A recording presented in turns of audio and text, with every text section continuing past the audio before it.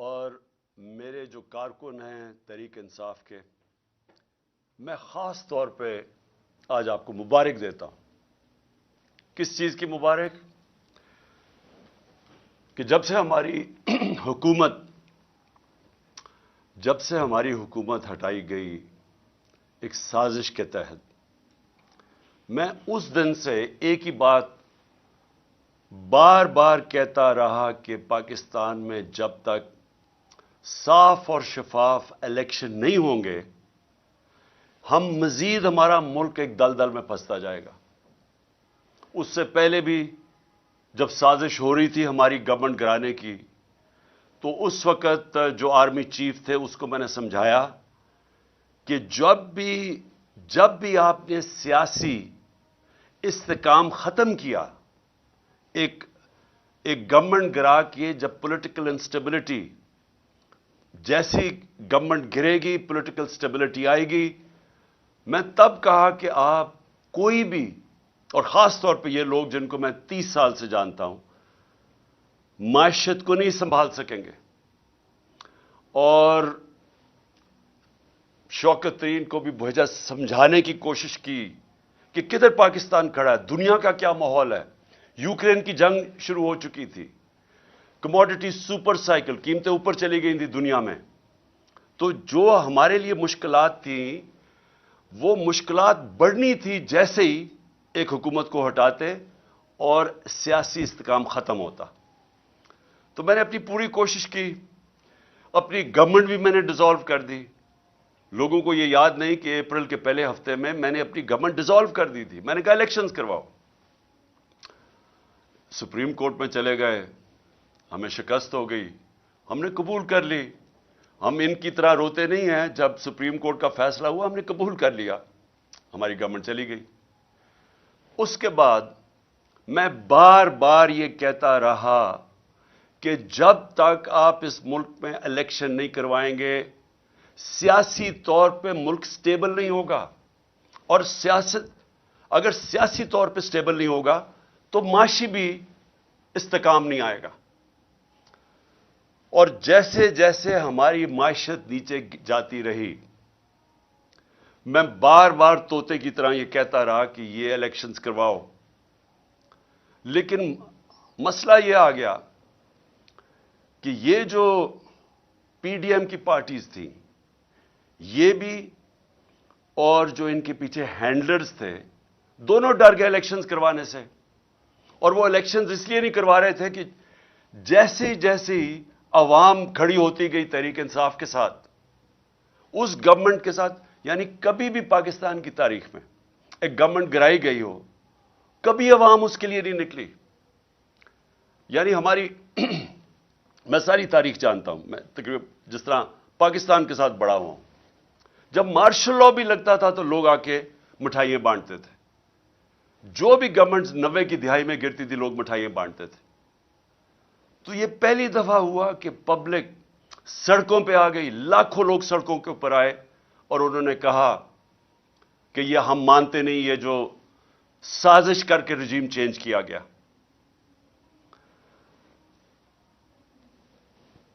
بدقسمتی سے بجائے میری بات سننے کے لیے، کیونکہ میں تو وہ کہہ رہا تھا جو پاکستان کی بہتری تھی، بجائے میری بات سننے کے ہمارے کارکنوں کے اوپر جو سختی کی گئی۔ میں جنرل مشرف کے مارشل لاء کے اندر اپوزیشن میں تھا، مجھے جنرل مشرف کے مارشل لاء میں جیل میں گیا۔ میں آج آپ سب کے سامنے کہتا ہوں کہ کبھی میں نے اس ملک کی تاریخ میں اس طرح کی سختی نہیں دیکھی جو انہوں نے ہمارے پہ کی۔ کارکنوں کو جیلوں میں ڈالا۔ 25 مئی کو میں بار بار کہتا ہوں جو ظلم کیا انہوں نے، لوگوں کے گھر 3 بجے لوگوں کے گھروں میں گھس کے، نہ چادر نہ چار دیواری، لوگوں کو اٹھا کے لے گئے۔ کبھی ایسے نہیں ہوا پاکستان میں۔ ہمارے خلاف 3 لانگ مارچز ہوئی، کتنی ایف آئی آر کاٹی اور کس کو کون سا پولیس ایکشن لیا، کتنی ٹیئر گیسنگ ہوئی۔ لیکن 25 مئی کو جو انہوں نے ہمارے سے کیا، اور اس کے بعد مسلسل کرتے رہے، ایف آئی آرز کے اوپر ایف آئی آرز کاٹتے گئے میرے کارکنوں پہ، لوگوں کو جیلوں میں ڈالا، پھر وہ نکلے، پھر کچہریوں میں چکر لگائے، ہراساں کیا گیا۔ میرے اوپر اب تک 74 FIR کٹ چکی ہیں. کتنی دفعہ میں کچہریوں میں پھرا ہوا ہوں اور بیلیں کرواتا پھرا ہوں, صرف اور صرف ہمیں دبانے کے لیے کہ ہم شاید ڈر جائیں گے, ہم گھبرا جائیں گے, ہم دل برداشتہ ہو جائیں گے. صحافیوں سے جو کیا گیا, کبھی پاکستان میں اس طرح, اور صحافیوں سے کن سے کیا گیا؟ وہ صحافی جن کی اس معاشرے کے اندر ایک پہچان تھی, کریڈیبلٹی تھی, محب وطن تھے, ان صحافیوں سے جو انہوں نے کیا. اور یہ قوم کبھی نہیں بھولے گی جو ارشد شریف سے کیا, کبھی نہ میں بھولوں گا یا قوم بھولے گی کہ ایک ایسا آدمی جس کی کوئی قیمت نہیں تھی ضمیر کی, محب وطن پاکستانی, اس سے جو کیا گیا یہ قوم ہمیشہ یاد رکھے گی. اس کے علاوہ اعظم سواتی, شہباز گل, ہمارے لوگوں کو جو انہوں نے پکڑ کے تشدد کیا, کسٹوڈیل ٹارچر کی گئی, اور ان سے جو ان کے سامنے جو ان کی ننگا کر کے تشدد کر کے ان کی ویڈیوز بنائی گئی. اعظم سواتی کی ویڈیو ہمارے MP کو دکھائی گئی جس کو کہہ رہے تھے کہ نون لیگ میں چلے جاؤ, عمران خان پہ کاٹا مار دیا ہے, اس کو اس کا تشدد کرتے ہوئے اعظم سواتی کی ویڈیو دکھائی گئی. پھر جو نیچے گرے ہیں یہ لوگ, جو گندی ویڈیوز, جو آڈیو لیکس, جو اعظم سواتی کے گھر ان کی بیوی کو اور بیٹی کو جو گندی ویڈیو بھیجی گئی, کبھی اس ملک میں ایسے نہیں ہوا. اور پھر سلمان فاروقی, اس کو پکڑ کے ننگا کر کے اس کو مارا گیا, اس کو دھمکایا گیا. سوشل میڈیا کے بچوں سے چونکہ 17-18 سال کے بچوں کو پکڑ کے انہوں نے اٹھا کے لے گیا, ان کو مار دھاڑ کے ڈرا دھمکا کے گھر واپس بھیجا گیا. ایسے کبھی نہیں ہوا پاکستان میں. تو کوشش یہ کی گئی کہ ظلم اور خوف پھیلا کے, تو یہ جو ایک تحریک انصاف کے ساتھ قوم جڑ گئی تھی, کسی طرح تحریک انصاف کو ختم کیا جائے. تو میں اس لیے بھی آج اپنے کارکنوں کو خاص طور پہ مبارک دے رہا ہوں کہ جس طرح میرے لوگ کھڑے ہوئے, ہر چیز برداشت کی. یہ جو ہم نے جیل بھرو تحریک شروع کی, وہ جب انہوں نے شروع میں لوگوں کو جیل میں جو ہمارے لوگوں نے گرفتاریاں دی, ہمارے لیڈرز نے دی, ان کو بھی میں خراج تحسین پیش کرتا ہوں. انہوں نے سب سے پہلے آگے, سب سے پہلے وہ ہوئے. تو تحریک بڑھتی جا رہی تھی. جس طرح تحریک بڑھ رہی تھی, گجرانوالہ, سرگودا, سائبال, اور زیادہ لوگوں نے گرفتاریاں دے رہی ہیں. پنڈی لوگ سامنے آ گئے, پشاور میں اتنی پبلک نکلائی, وہ پولیس گرفتاری نہ ان کو کرے, بڑھتی جا رہی تھی. اس سے کیا چیز ثابت ہوئی کہ یہ جو 11 مہینے میں ظلم کیا اور پھر ہمارے جو لوگوں کو جیلوں میں ڈالا, یہ جو جیل بھرو تحریک میں, ان کے اوپر خاص ظلم کیا گیا, ان کو مجرموں کی طرح رکھا گیا. جو میں ابھی کہانیاں سن رہا ہوں اپنے لوگوں سے, اپنے لیڈر سے, اپنے کارکنوں سے, خاص طور پہ ان کو, یعنی جس طرح کوئی فیصلہ کر کے کہ جناب یہ ہمارے کوئی دشمن ہے, وہ کیا گیا ان سے. کوئی پولیٹیکل پرزنر سے یہ حرکتیں نہیں کرتی جو انہوں نے جیلوں میں کی. میرے اوپر قاتلانہ حملہ ہوا. میں 2 مہینے پہلے سے بتا رہا تھا کہ یہ کرنے والے ہیں. مجھے پتا تھا کون ہے, مجھے اب بھی پتا کون ہے. وہ لوگ جو طاقت میں بیٹھے ہوئے ہیں اس وقت, پرائم منسٹر, انٹیریئر منسٹر, ہماری ایجنسیز کا سب سے اس وقت جو خوفناک آدمی ہے, ظالم آدمی ہے, انہوں نے پلان کر کے مجھے قتل کرنے کی کوشش کی. لیکن ایک پلان انسان بناتا ہے, ایک اللہ بناتا ہے. اس کا میں شکر ادا کرتا ہوں کہ آج تحریک انصاف ادھر پہنچ گئی ہے. اور میں پھر سے کہتا ہوں کہ میں نے ساری پاکستان کی سیاست 70 سال جیسے مجھے ہوش آئی ہے تب سے دیکھ رہا ہوں. کبھی پاکستان کی تاریخ میں کسی جماعت کو اللہ نے وہ عزت دی جو آج تحریک انصاف کو دی ہے. 37 بائی الیکشن ہوئے, 37 بائی الیکشن, ساری جماعتیں ایک طرف، الیکشن کمیشن ان کی مدد کرنے آئی، انتظامیہ نے ان کی مدد کی، اور جو اپنے آپ کو نیوٹرلز کہتے تھے وہ ان کے ساتھ کھڑے ہوئے۔ اس کے باوجود 37 بائی الیکشنز میں سے 30 بائی الیکشن تحریک انصاف جیتی۔ یہ جو ابھی جامپور میں الیکشن ہوا، وہ علاقہ جدھر دیہاتی لوگ دیہاتوں میں رہتے ہیں، ان کو پورا ڈرایا گیا، پوری طرح ایجنسیز نے زور لگایا، پوری طرح انہوں نے، انتظامیہ نے خوف کی فضا بنائی، ڈرایا دھمکایا۔ تو جائے پوچھے ذرا جامپور میں ہوا کیا؟ ساری پارٹیز کے ووٹ ان سے اکیلی محسن لغاری تحریک انصاف کے کینڈیڈیٹ کی زیادہ ووٹس تھی، جو جنرل الیکشن میں ووٹ پڑی اس سے بھی زیادہ پڑ گئی۔ اس سے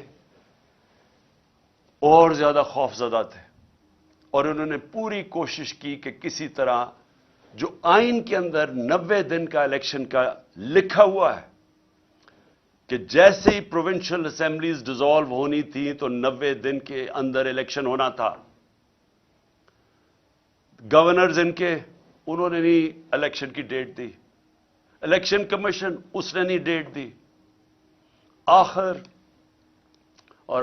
میں سپریم کورٹ نے پھر اس کے اوپر ایکشن لیا، اور آج ساری قوم سپریم کورٹ کا شکر گزار ہے کہ آپ نے اس ملک کے آئین کی حفاظت کی، اور آپ نے ملک کو الیکشن کی طرف لگایا، جو ایک ہی طریقہ ہے۔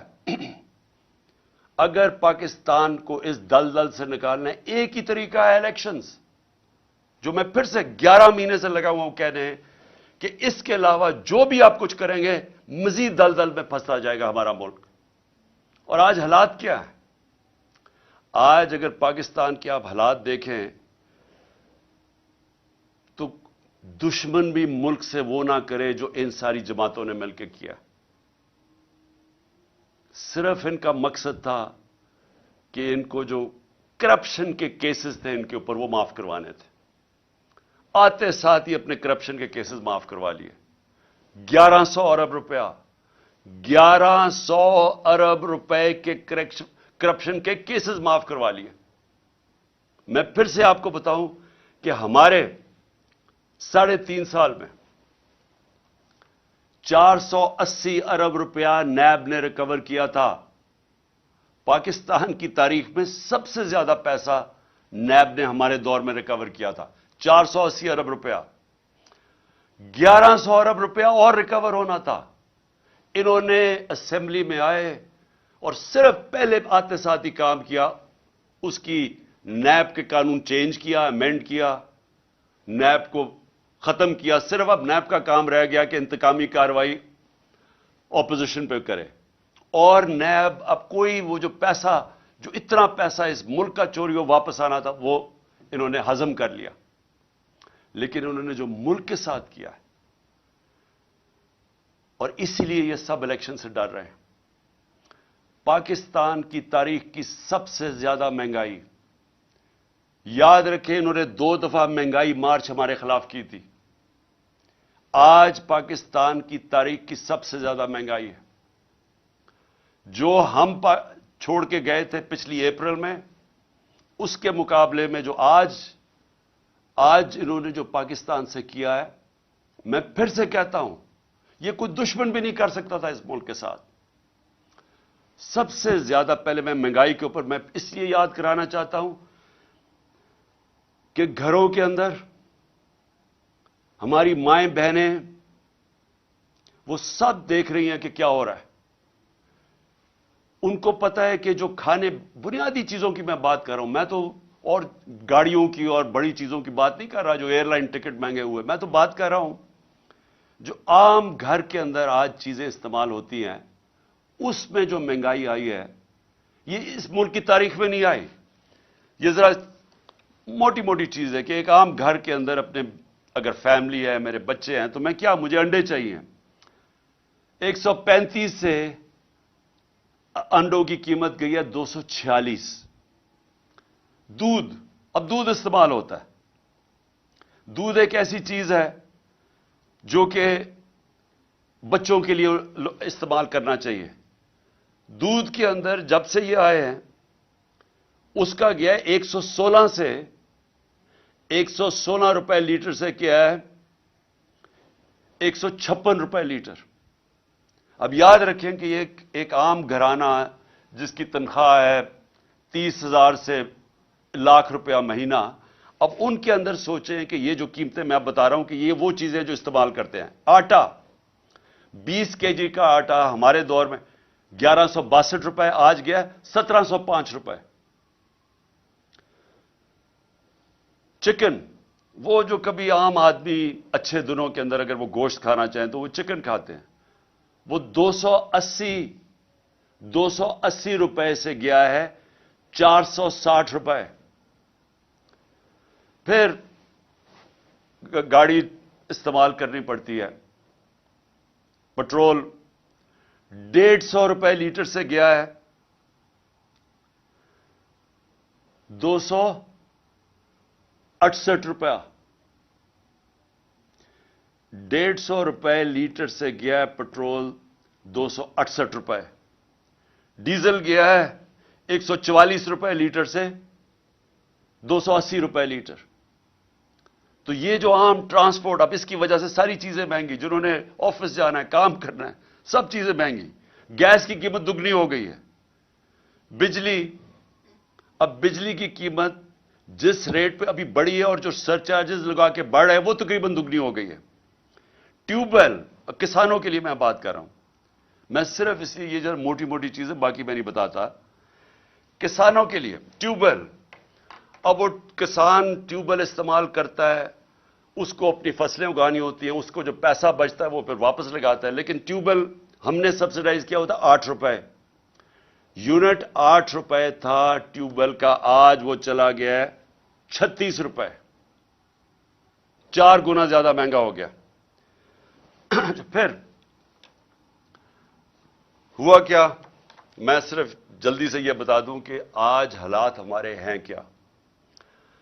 جو روپیہ گرا ہے ہمارے 3.5 سال میں ڈالر کے مقابلے میں روپیہ گرا تھا 55 روپے 3.5 سال میں. یہ یاد رکھیں کہ ان 3.5 سال میں عالمی مہنگائی تھی، کرونا کی وجہ سے سپلائی لائنز افیکٹ ہوئی تھی، اس کی وجہ سے ساری دنیا میں مہنگائی تھی جس کو کموڈٹی سپر سائیکل کہتے ہیں. بجلی مہنگی، سب چیزیں مہنگی ہوگی، تیل مہنگا ہو گیا. اس وقت ہمارے وقت کے اندر اس مہنگائی کے باوجود جو پاکستان تھا اس کے مقابلے میں آج دیکھیں کہ مہنگائی آج کدھر گئی. اس پاکستان کے اندر جو ہماری اکانومی گرو کر رہی تھی 6% پہ، آج وہ 0 پہ چلی گئی ہے. اور جو لوگوں کو خوف آ رہا ہے کہ جس طرح ملک میں سے پیسہ باہر جا رہا ہے، جس طرح انڈسٹری بند ہو رہی ہے، جس طرح کسان متاثر ہو رہا ہے، خوف اب یہ ہے کہ یہ جب 0 پہ جب پہنچ جائے گی گروتھ ریٹ، اس کا مطلب بے روزگاری اور بڑھ جائے گی. اور بے روزگاری ایک طرف بڑھے گی، دوسری طرف مہنگائی بڑھ رہی ہے. اور آگے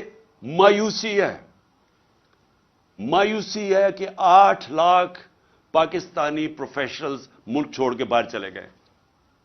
یہ ہے مایوسی کا عالم اس دور میں. دو اور چیزیں میں آپ کو بتا دوں کہ اس دور میں کوئی بڑا مسئلہ نہیں آیا. ہمارے دور میں کرونا آیا جو صدی میں ایک دفعہ اتنا بڑا ایک عذاب آتا ہے. صدی میں ایک دفعہ اس طرح کا ایک سانحہ ہوتا ہے جو ساری دنیا میں، کرونا نے دنیا میں جو امپیکٹ کیا. ہمارے دور میں اس کے باوجود ہمارا ملک بھی آگے جا رہا تھا، ہماری معیشت بھی 6% پہ بڑھ رہی تھی، 17 سالوں کے بعد اس طرح اوپر جا رہا تھا. انڈسٹری وہ ریکارڈ پرفارم کر رہی تھی، وہ آگے بڑھ رہی تھی.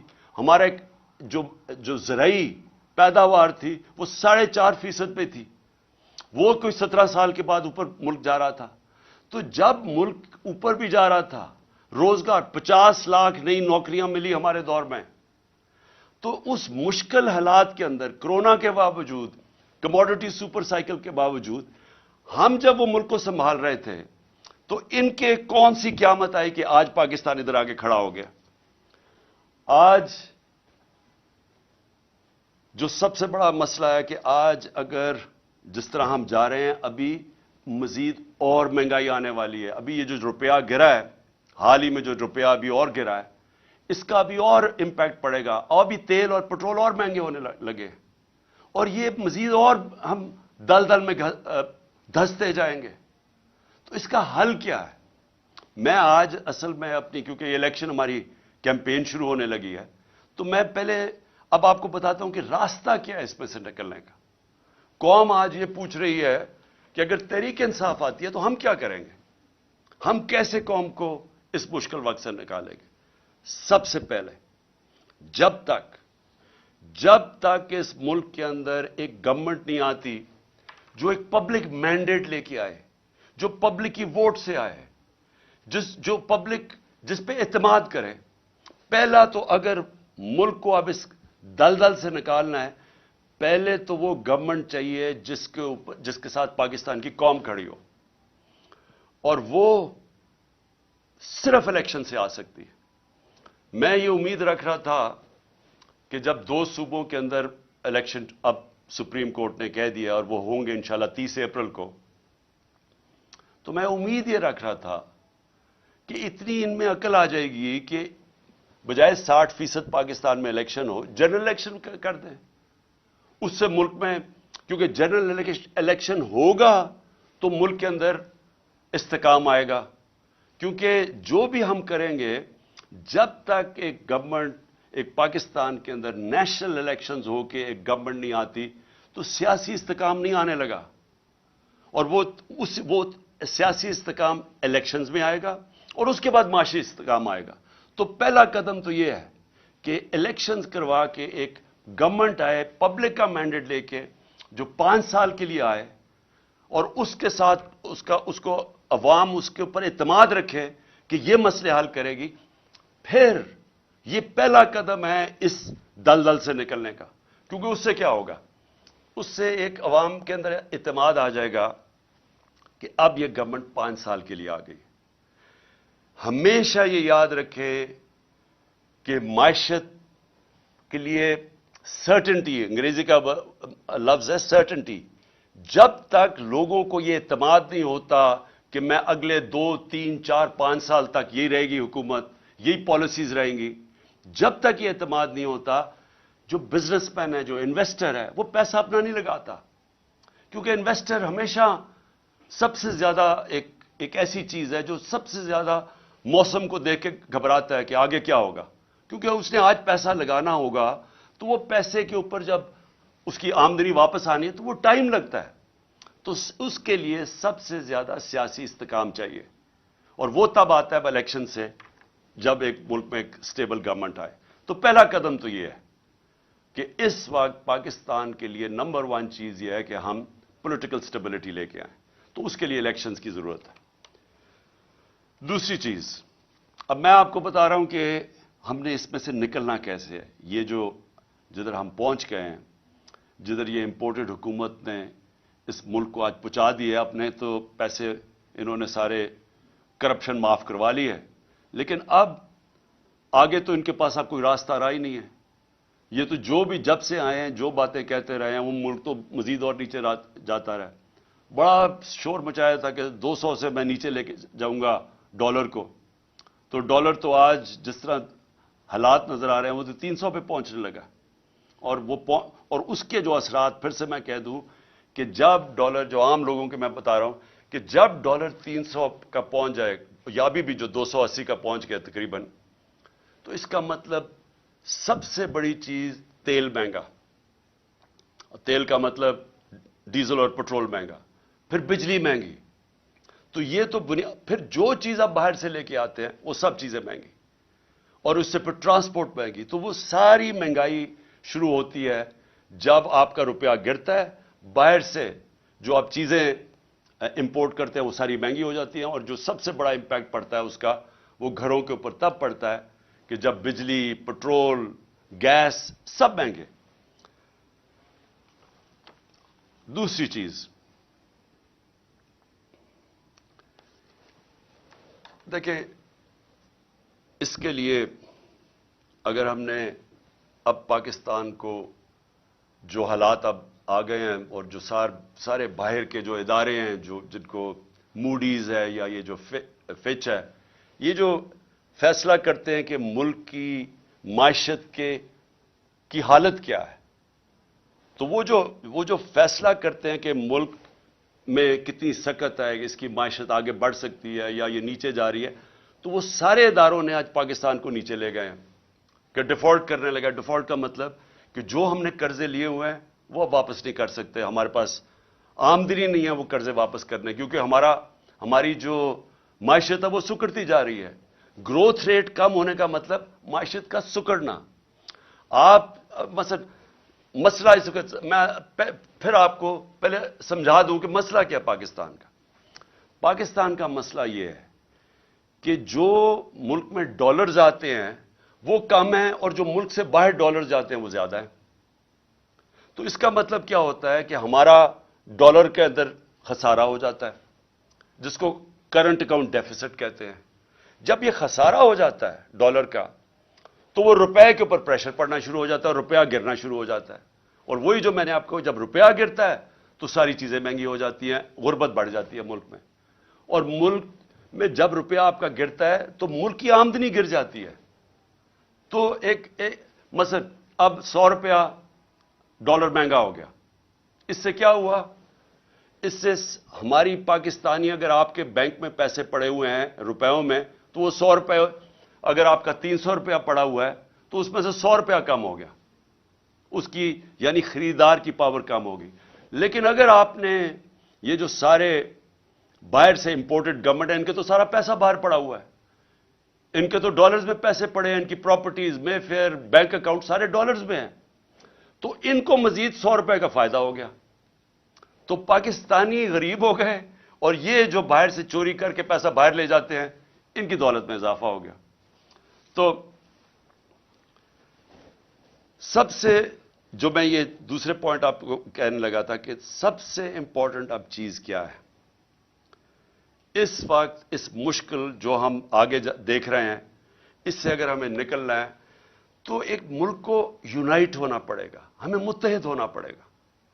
یہ جنگ اب یہ ایسی نہیں لڑی جائے گی کہ گورنمنٹ آئی اور کوئی گورنمنٹ سمجھے کہ وہ اکیلی لڑ سکتی ہے۔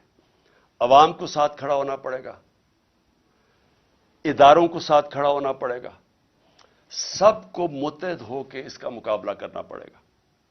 اور جب بھی دنیا کے اندر کسی قوم کے اوپر مشکل وقت آتا ہے، آپ دنیا کی تاریخ دیکھ لیں، آپ اور تو اور مثال دوسری جنگ عظیم میں 2 ملک مکمل طور پہ تباہ ہو گئے، جرمنی اور جاپان، لیکن 10 سال میں پھر کھڑے ہو گئے، کیونکہ وہ قومیں تھیں، انہوں نے مل کے مقابلہ کیا، سب اکٹھے ہوئے، ادارے سب نے فیصلہ کیا کہ ہم نے پھر سے اپنے پیر پہ کھڑا ہونا ہے اور کھڑے ہو گئے۔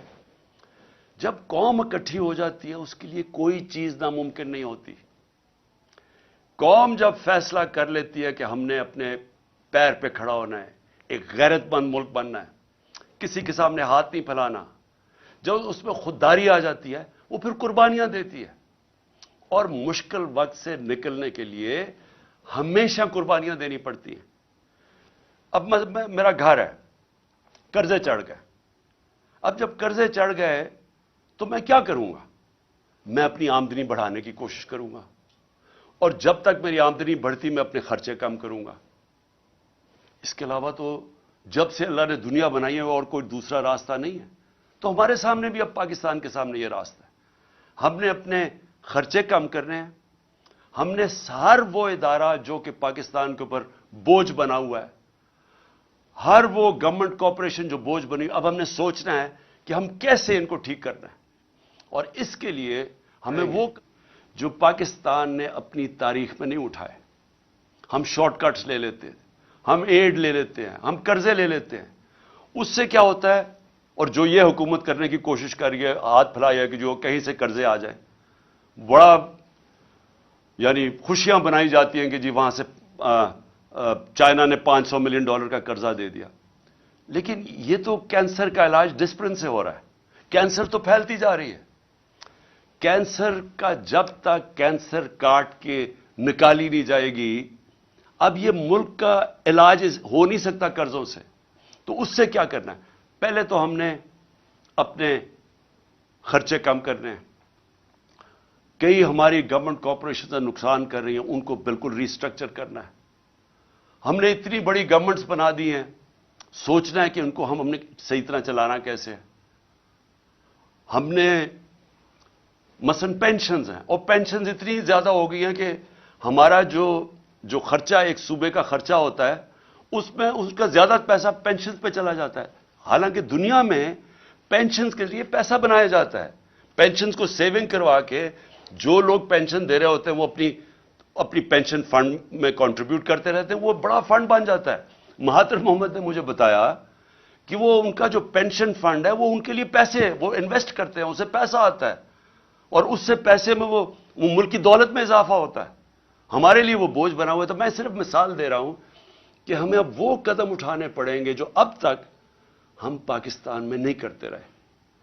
ریولوشنری چینجز کرنے پڑیں گے، اور اس میں سب کو اکٹھا ہونا پڑے گا. ہم سارے جو ادارے ہیں سب کو فیصلہ کرنا پڑے گا کہ اب یہ راستہ ہے ہمارا، اور ہم سب نے اس راستے پہ جانا ہے. آمدنی کیسے بڑھے گی؟ ایکسپورٹس بڑھانی پڑیں گے. یعنی اس ملک میں اب ڈالر لانے پڑیں گے. وہ کون کون سے طریقے ڈالرز لانے کے لیے؟ ایکسپورٹس. آج تک کسی نے توجہ ہی نہیں دی ایکسپورٹس کے اوپر. جو ساری دنیا میں ملک آگے بڑھے ہیں، چائنا آگے بڑھا ہے، ایسٹ ایشین ٹائیگرز آگے بڑھے ہیں، وہ ساروں نے اپنی ایکسپورٹس کے اوپر زور دیا ہے. ہم نے کبھی توجہ ہی نہیں دی کسی نے. ہم جب آئے تھے تو پچھلے 5 سال ہمارے پہلے export to G D P ratio وہ نیچے چلی گئی تھی، بجائے پازیٹو ہونے کے نیچے آ گیا تھا، کیونکہ کسی کی توجہ ہی نہیں ہے ایکسپورٹس کے اوپر. تو سب سے پہلے تو دولت میں اضافہ کرنے کے لیے، اپنے ملک کی دولت اضافہ کرنے کے لیے سب کو سمجھانا پڑے گا کہ ہر چیز جو پاکستان ایکسپورٹ کر سکتا ہے، ہمارے ساری گورنمنٹ کے اداروں نے پورا مل کے ان کی مدد کرنی ہے کہ وہ ایکسپورٹ زیادہ کریں.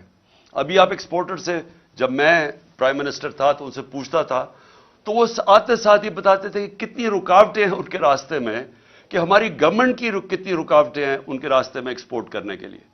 تو پہلے تو یہ سمجھ لینا کہ جب تک ہم ایکسپورٹس کے اوپر ساری قوم مل کے انکریج نہیں کرے گی، ایکسپورٹرز کو پرائزز نہیں دیں گے، ان کو ہم ریکگنائز نہیں کریں گے، ان کو وی آئی پیز نہیں بنائیں گے، تب تک یہ ملک اب اس دلدل سے نہیں نکل سکتا. اس کے علاوہ، ایکسپورٹس کے علاوہ اور کون سی چیزیں ہیں جو ڈالر لا سکتی ہیں؟ پہلے تو سوچیں اور کون سی چیز ڈالرز ہمارا خرچہ بچا سکتی ہے. ہم مثلا پام آئل امپورٹ کرتے ہیں، ہم نے کیوں نہیں سوچا کہ اور کیا طریقے ہیں کہ ہم پام آئل کی اپنی امپورٹ کم کر سکیں. ہم نے پختونخوا کے اندر 2013 کے بعد ایک پورا زیتون کی پوری پلانٹیشن کرنی شروع کی، اور آج وہ انقلاب آ چکا ہے زیتون کا. اور زیتون کے اتنے ہم نے اب وہ لگا دیے ہیں، جنگل بنا دیے ہیں کہ انشاءاللہ تھوڑی دیر کے بعد ہم زیتون ایکسپورٹ کر سکیں گے. لیکن یہ ہمیں سب پہلے چیزیں سوچنی چاہیے تھی، کیونکہ جب بھی پاکستان کا اب آگے دیکھیں گے تو سارا وقت ہمیں سوچنا ہے کہ ڈالرز اس ملک میں کیسے آئیں گے. کون سی ایسی مثلا ٹورزم ہے. سوئٹزرلینڈ صرف ٹورزم سے 60 سے 80 ارب ڈالر کماتا ہے ٹورزم سے. ہمارا جو پہاڑی علاقہ ہے، یہ جس کو ہم ناردرن ایریاز کہتے ہیں، وہ دگنا ہے سوئٹزرلینڈ سے، اس سے زیادہ خوبصورت ہے. لیکن ہم تو کوئی پیسہ نہیں کماتے اس سے، کیونکہ ہم نے کسی نے سوچا ہی نہیں ہے. ہمارے جو اس ملک میں صاحب اقتدار، ہماری ایلیٹ، وہ ساری گرمیاں تو گزارتی ہے جا کے انگلینڈ میں اور یورپ میں چلی جاتی ہے. کسی کو پتہ ہی نہیں ہے کہ ہم کس طرح کی، اللہ نے ہمیں کس طرح کی نعمتیں دی ہوئی ہیں جو ہمارے ہیں. تو ہم نے کبھی سوچا ہی نہیں ہے اس کا. تو ایکسپورٹس بڑھانا، ٹورزم، پھر جس طرح میں نے کہا پام آئل، زیتون، ہر چیز وہ جو ہم باہر سے امپورٹ کرتے ہیں پاکستان میں ہر کچھ ہم اگوا سکتے ہیں. ہم نے کبھی اس کے اوپر نہیں سوچا. ہمارا سارا تقریباً کتنے 100 کلومیٹر کا ہمارا سمندر ہے، ادھر ہم سارا پام آئل اگا سکتے ہیں، کبھی کسی نے سوچا نہیں. پھر ہم کیسے جو اصل اب چیلنج ہے، میں آپ کو سنوں، کہ انویسٹمنٹ لے کے آنی ہے پاکستان میں. ہم کیسے انویسٹمنٹ لا سکتے ہیں؟ میں آپ کو ہندوستان 6-6.5 گنا بڑا پاکستان سے ہے. پچھلے سال پاکستان میں جو انویسٹمنٹ آئی ہے 2022 میں $2 ارب. ہندوستان میں کتنی انویسٹمنٹ آئی ہے؟ $75 ارب. ہم جب تک ایک ملک میں انویسٹمنٹ ہی لے کے آئیں گے ہماری دولت کے اندر پھر بھی اضافہ نہیں ہوگا, کیونکہ انویسٹمنٹ جب ڈالرز میں آئے گی ہمارا جو ریزروز ہے ڈالر کے بڑھیں گے. ہمیں یہ مسئلہ نہیں آئے گا جو آج آیا ہوا ہے کہ ہمارے ریزروز ہی ختم ہو گئے, ڈالر ختم ہو گئے, روپیہ گر رہا ہے, مہنگائی بڑھ رہی ہے. کوئی پاکستان میں آج سرمایہ کاری کرنے کے لیے کیوں نہیں تیار؟ کیونکہ وہ ڈالر ہی خریدتے ہیں, اس کو ضرورت کیا جب روپیہ گر رہا ہے. باہر سے بھی کسی کو اعتماد نہیں ہے. تو تب جب انویسٹمنٹ جب تک پاکستان میں ہم نہیں لے کے آئیں گے صحیح معنی میں ہماری دولت میں اضافہ نہیں ہوگا. ہم نے ٹیکنالوجی زونز بنائے, ہم نے ایکسپورٹ زونز بنائے, ہم نے خاص طور پہ یہ بنائے اس لیے کہ جو باہر سے ہمارے ملک میں انویسٹ کرنا چاہتا ہے ادھر ہم نے ان کے لیے کنسیشنز دی, ہم نے ٹیکس بریکس دیے تاکہ وہ آئیں اور یہاں انویسٹ کریں. بدقسمتی سے جو ہمارا سب سے ہمسایہ چائنا وہ 2 سال بند ہو گیا کرونا کے اندر. جب کرونا آیا تو چائنا کے اندر تقریباً آنا جانا مشکل ہو گیا, ان کے کوارنٹین کے اتنے مشکل لاز تھے. تو وہ ہم نے وہ 2 سال مس کر دیے.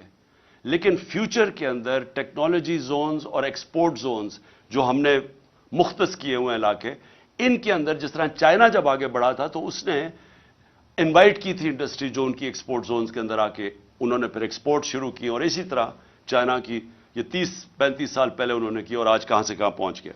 تو ایکسپورٹ زونز ہیں, ٹیکنالوجی زونز, اور ٹیکنالوجی کی اب ذرا میں ٹیکنالوجی یہ دیکھیں, آئی ٹی ایکسپورٹس.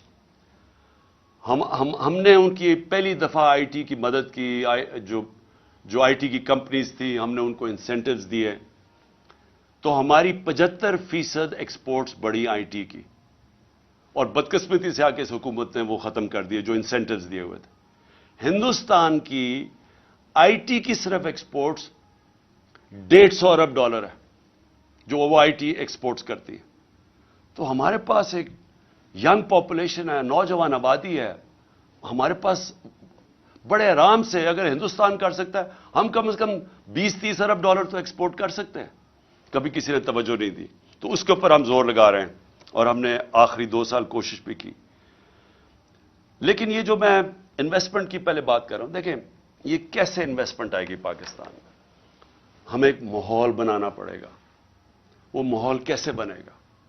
ہمیں اس ملک میں رول آف لا قائم کرنا پڑے گا. اگر اب پاکستان نے آگے بڑھنا ہے تو یہ جو میں انصاف کی تحریک 26 سال پہلے چلائی تھی, یہ آپ سمجھ جائیں کہ جس ملک کے اندر انصاف ہے, قانون کی حکمرانی ہے, وہ ملک ترقی کر جاتے ہیں, وہ خوشحال ہے.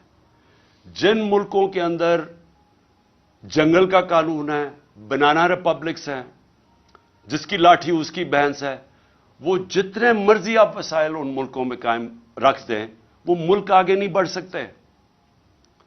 میں یہ بار بار آپ کے سامنے یہ کہتا رہا ہوں کہ جو مدینہ کی ریاست میرے نبی صلی اللہ علیہ وسلم نے بنائی تھی اس کی بنیاد عدل اور انصاف تھا.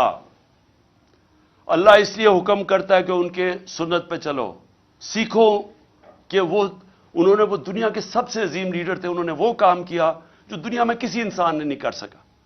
انہوں نے اس ملک کو کہاں سے, اب مدینہ کو دنیا کی امامت کی وہاں سے اٹھ کے ان لوگوں جن کی حیثیت کوئی نہیں تھی. تو سب سے پہلے مدینہ میں عدل اور انصاف قائم کیا. آج اب دنیا اٹھا کے دیکھ لیں, جن ممالک کے اندر رول آف لا ہے وہ خوشحال ہیں, اور جن ممالک کے اندر جس طرح ہمارے آج حالات ہیں کہ این آر او مل جاتا ہے. کیوں نہیں جی, کس یورپین ملک میں کبھی سنا ہے این آر او کسی کو ملتا ہوا؟ کبھی امریکہ میں سنا ہے, سوئٹزرلینڈ میں سنا ہے, کبھی سنا ہے کہ آپ چوری کریں, ملک کی دولت چوری کرو اور آپ کہیں جی میں قانون سے اوپر ہوں؟ اس کو جنگل کا قانون کہتے ہیں. کبھی سنا ہے اپنے پاکستانی آپ کے باہر ہیں, 1 کروڑ پاکستانی باہر بیٹھا ہوا ہے, کبھی ان سے پوچھیں کہ یورپ, انگلینڈ, امریکہ, ناروے, آسٹریلیا کبھی قبضہ گروپ کا نام سنا ہے؟ کبھی کوئی طاقتور کمزور کی زمین پہ قبضہ کر سکتا ہے؟ کیونکہ انصاف ہے وہاں. کیوں آپ کے لوگ یہاں سے پوری ہر قسم کی کوشش کرتے ہیں باہر جانے کے لیے؟ ابھی مجھے افسوس ہوا، ہماری ایک ہاکی پلیئر تھی، ترکی سے جاتے ہوئے اٹلی، وہ ان کی کشتی ڈوب گئی، اس میں پتہ نہیں کتنے 26 پاکستانی بھی ڈوب گئے، اور وہ ہماری ہاکی پلیئر بھی ڈوب گئی. تو کیوں سوچیں کہ کیوں اتنے لوگ چانس لیتے ہیں؟ ہر روز آپ پڑھتے ہیں کہ وہ کشتیوں میں جانے کی کوشش کر رہے ہیں یورپ میں، اور وہاں راستے میں ڈوب جاتے ہیں. کیوں جاتے ہیں؟ وہاں پیسے تو کوئی بانٹ نہیں رہا. ان ملکوں کے اندر انصاف ہے. انصاف کا مطلب کیا ہے؟ کہ میں اگر محنت کروں گا مجھے محنت کا پھل ملے گا. وہ ایسے ملک ہیں جب آپ، جس کو آج ایک لفظ استعمال کیا جاتا ہے، level playing field. Level playing field تب آتی ہے جس ملک کے اندر رول آف لا ہوتا ہے، انصاف ہوتا ہے. جب ایک ملک کے اندر انصاف ہوتا ہے لوگوں کو تحفظ ملتا ہے، ان کے جس کو فنڈامنٹل رائٹس کہتے ہیں، بنیادی حقوق کو ان کے ملک کا قانون حفاظت کرتا ہے ان کی. جب مجھے پروٹیکشن ملتی ہے تبھی میں آزاد ہوتا ہوں، اور آزاد لوگ ہی بڑے کام کرتے ہیں. تو جو بنیادی چیز انصاف دیتا ہے وہ آزادی دیتا ہے. وہ ایک انسان کو لیول پلئنگ فیلڈ دیتا ہے. وہ پھر اس جدھر انصاف ہوتا ہے ادھر انویسٹمنٹ جاتی ہے، لوگ ادھر جا کے اپنی فیکٹریاں لگاتے ہیں، کیونکہ ان کو تحفظ ہوتا ہے، ان کو ایک قانون، ایک ملک کی عدالتوں پہ اعتماد ہوتا ہے کہ میں اگر یہاں سرمایہ کاری کروں گا تو مجھے حفاظت ملے گی.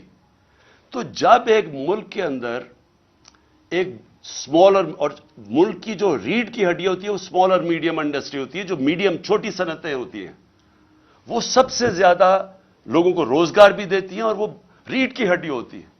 تو جب ایک ملک کے اندر انصاف نہیں ہوتا، کانٹریکٹ انفورسمنٹ نہیں ہوتی، عدالتیں ان کو تحفظ نہیں دیتی، جو پالیسیز پریڈکٹیبل نہیں ہوتی، آگے یعنی آج ایک قانون بنا کل دوسرا بنا، آج ایک ٹیکس کا نظام ہے کل دوسرا بنا، اس ملک کے اندر سب سے پہلے جو کچلے جاتے ہیں وہ چھوٹی صنعتیں ہیں، اسمال اور میڈیم انڈسٹری. اور جب ایک ملک میں انصاف، کانٹریکٹ انفورسمنٹ، لوگوں کو تحفظ دیتے ہیں، وہ پھر ترقی کرتے ہیں ملک، ادھر خوشحالی آتی ہے. شیر شاہ سوری کی اگر آپ کہانی پڑھیں، وہ ہندوستان کا سب سے عظیم، ایک بڑے بڑے ہندوستان کے حکمرانوں میں سے ایک شیر شاہ سوری تھا. تو اس کی اگر اس کی جب زندگی پڑھیں تو شروع کدھر سے ہوا تھا؟ اس کے باپ کی جاگیر تھی، باپ نے اس کو کہا کہ جاگیر سنبھالو. یہ بہار کے اندر جاگیر تھی. اس نے وہ جاگیر کے اندر سب سے پہلے کام کیا؟ اس نے جو بڑے بڑے ڈاکو تھے ان ساروں کو ختم کیا. اس نے اپنے جاگیر کے اندر قانون کی حکمرانی قائم کر کے لوگوں کو تحفظ دیا. جو سارے ارد گرد کی جاگیروں کے جو صنعت کار تھے، جو سرمایہ کار تھے، وہ سارے اس کی جاگیر میں آ گئے. انہوں نے وہاں جا کے پیسہ لگانا شروع کر دیا. وہ سب سے خوشحال ہو گئی. ادھر سے شیر شاہ سوری کا نام اوپر آیا. تو آج بھی اگر آپ سوئٹزرلینڈ چلے جائیں، یورپ چلے جائیں، جو میں نے دیکھا ہے وہاں پیسے نہیں لوگ بانٹ رہے. ہمارے لوگ اس لیے جاتے ہیں کہ وہاں کا نظام ایسا ہے کہ جو محنت کرے گا اس کو فائدہ ہوتا ہے، اور وہاں کوئی تنگ نہیں کرتا، کوئی قبضے نہیں کرتا، کوئی طاقتور آ کے اس کو کوئی رشوت نہیں مانگتے ہر دوسرے دن لوگ. دبئی میں چلے جائیں، دبئی میں آپ پوچھیں ذرا پاکستانیوں سے کہ کس طرح، کیوں آپ پاکستان میں نہیں بزنس کرتے، کیوں دبئی چلے گئے ہیں؟ تو وہ پوچھیں، وہ آپ کو بتائیں گے کہ کوئی تنگ نہیں کرتا ان کو پتہ ہے یہ ٹیکس ہے، اتنا دو، آرام سے محنت کرو، کام کرو، آپ کو فائدہ ہوگا. تو جو سب سے ضروری چیز پاکستان میں قانون کی حکمرانی قائم کرنا ہے، ہم نے رول آف لا قائم کرنا ہے. یہ مجھے بڑے لوگوں نے میرے سے پوچھا کہ جی یہ آپ کیسے قائم کریں گے؟ یہ میں 26 سال سے کوشش کر رہا ہوں. میں نے لوگوں کو میرے سے جب بات کرتے ہیں کہ جی عمران صاحب دیکھیں آپ یہ اپوزیشن ہے، آپ ان سے بات کیوں نہیں کرتے؟ میں ان سب کو اب سے نہیں پہلے سے بھی کہہ رہا ہوں کہ پولیٹیشین سب سے بات چیت کرتا ہے. پولیٹیشینز کسی سے کٹی نہیں کرتا. پولیٹیشینز کا کام ہوتا ہے سب سے بات کر کے اپنے موقف کے ارد گرد لانا، یا ان کی بات سننا، اپنی سننا، اور پھر کوئی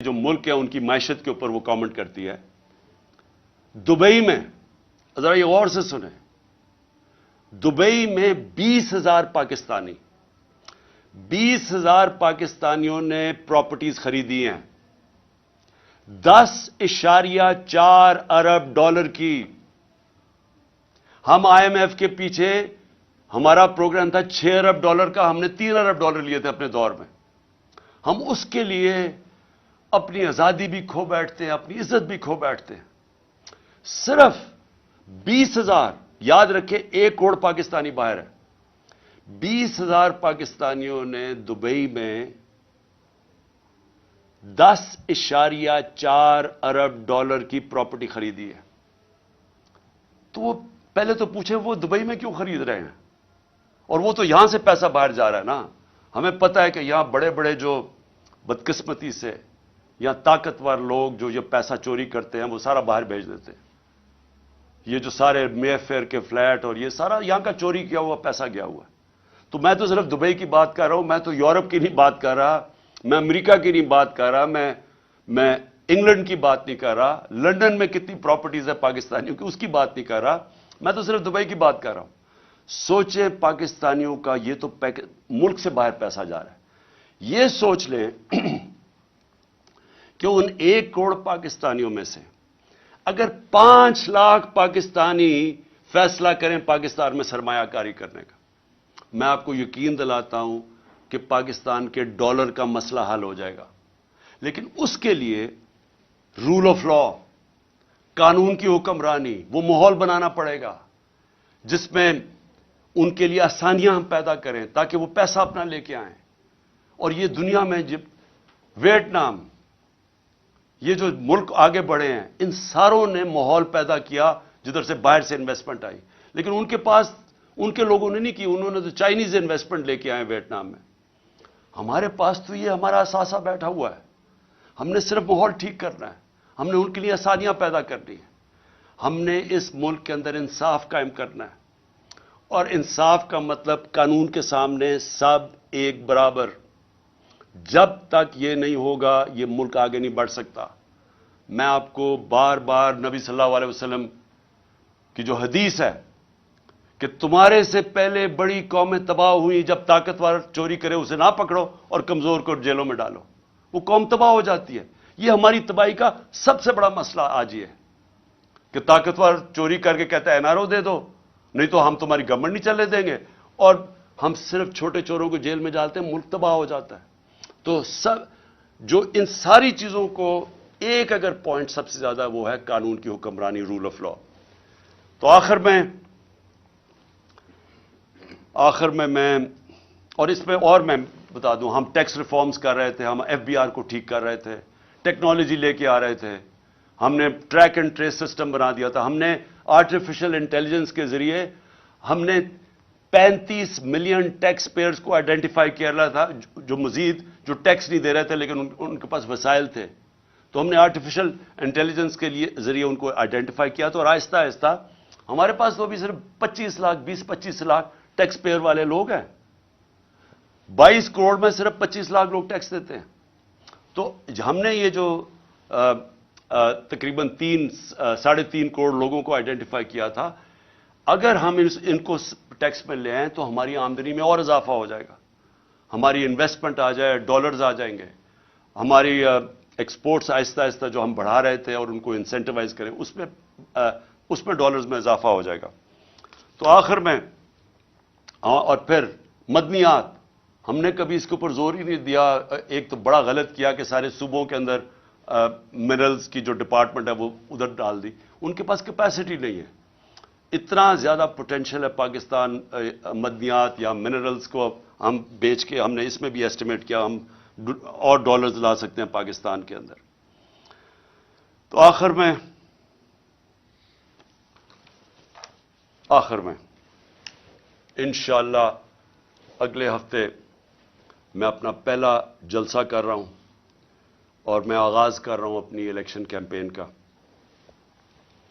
میں اپنی ساری اب خیبر پختونخوا اور پنجاب میں سارے اپنی پارٹی کو کہنا چاہوں گا تیاری کر لیں.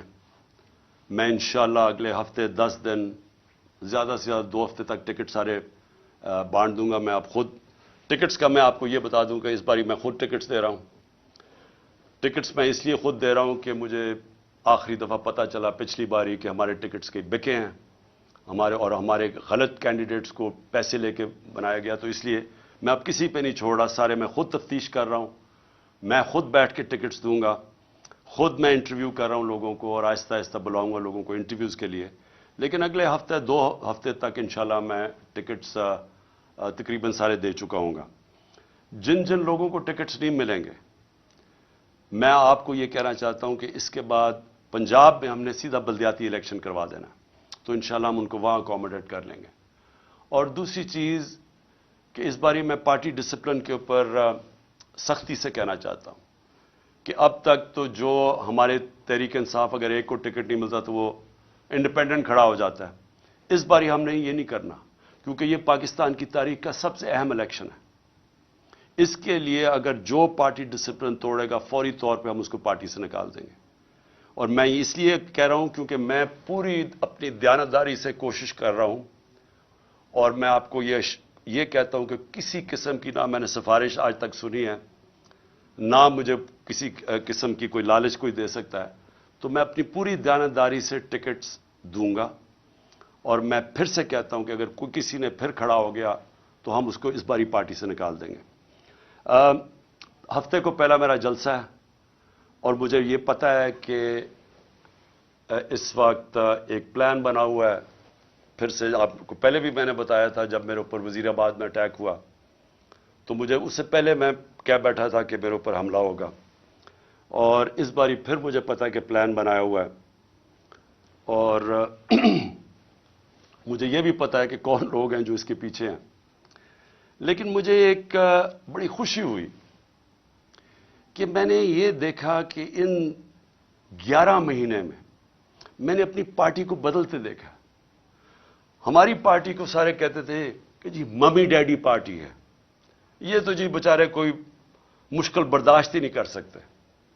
لیکن میں نے جو اپنی پارٹی کو بدلتے دیکھا, 25 مئی کو انہوں نے, یہ جو ایک بدماش ہے ان کا انٹیریئر منسٹر, اور یہ جو سارے مل کے انہوں نے ہمارے اوپر ظلم کیا, اور ان کا یہ خیال تھا کہ اب پارٹی بالکل بیٹھ جائے گی, اب یہ نہیں کھڑی ہوتی. لیکن پارٹی پھر سے کھڑی ہوئی, اور لوگ شوق میں چلے گئے, ہکا پکا رہ گئے کہ کیسے کوئی کر سکتا ہے جمہوریت کے اندر جو انہوں نے ہمارے پہ ظلم کیا تھا. اس کے باوجود, اور ڈرایا دھمکایا, اعظم سواتی کو جب مار رہے تھے اس کو کہہ رہے تھے کہ یہ عمران خان کو بتانا, اس سے ہم یہ کریں گے. وہ اعظم سواتی اور یعنی ان کا اور عزم مضبوط ہو گیا. اور اس کے بعد ابھی جو ہمارے لوگ جیلوں میں گئے, میں ابھی جیلوں والے لوگوں سے بات کر رہا تھا جو واپس آئے, انہوں نے خاص طور پہ فیصلہ کیا کہ ان کو دبانا, ان کو سبق سکھاؤ. مجرموں سے زیادہ انہوں نے ہمارے اوپر سختی کی جیلوں کے اندر. اس کے جو میں نے اب ان لوگ اپنے کارکنوں کو دیکھا جو نکلے ہیں, وہ اور زیادہ پرعزم ہیں.